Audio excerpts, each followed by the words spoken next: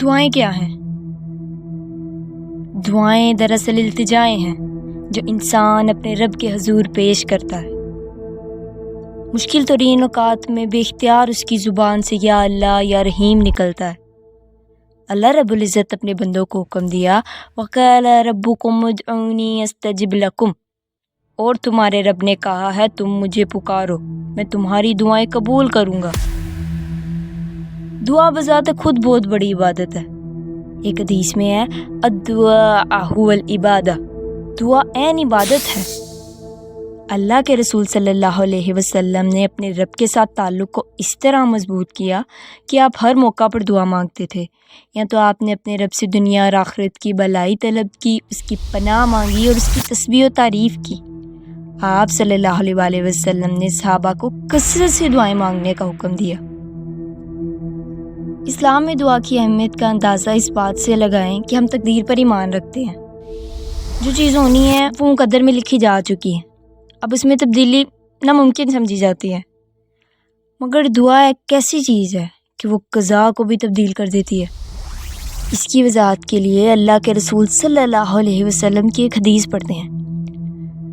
آپ صلی اللہ علیہ وسلم نے ارشاد فرمایا لا يرد القضاء الا الدعاء، قضا کو ٹالنے اور دور کرنے والی چیز صرف دعا ہے۔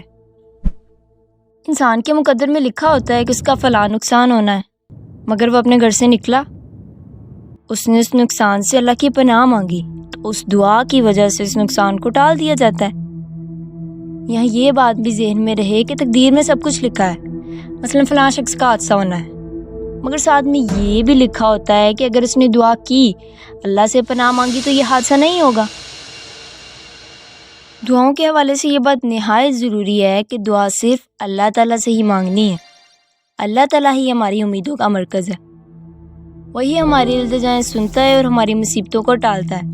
اللہ کے رسول صلی اللہ علیہ وآلہ وسلم کی مبارک زندگی میں اگر کوئی مشکل وقت درپیش ہوتا تو آپ اللہ سے رجوع کرتے، نماز ادا فرماتے اور دعا کے ذریعے اللہ سے مدد طلب کرتے۔ اسی لیے اللہ فرماتے ہیں وَإِذَا سَأَلَكَ عِبَادِي عَنِّي فَإِنِّي قَرِيبٌ، اور جب میرے بندے آپ سے میرے متعلق پوچھیں تو انہیں کہہ دیجئے کہ میں ان کے قریب ہی ہوں۔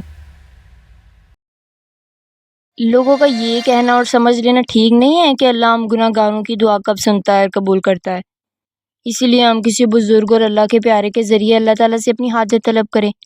اللہ نے فرما دیا کہ جب کوئی شخص مجھے پکارتا ہے تو میں اس کی پکار یا دعا کو صرف سنتا ہی نہیں بلکہ شرف قبولیت بھی بخشتا ہوں۔ تو واضح ہو گیا کہ جس طرح اللہ تعالیٰ اپنے پیاروں کی سنتا ہے ویسے ہی ہم گناہ گاروں کی بھی سنتا ہے، لہٰذا براہ راست اپنے رب سے مانگیں۔ مزید دینی رہنمائی کے لیے سبسکرائب کریں فیصلے کی بات کو۔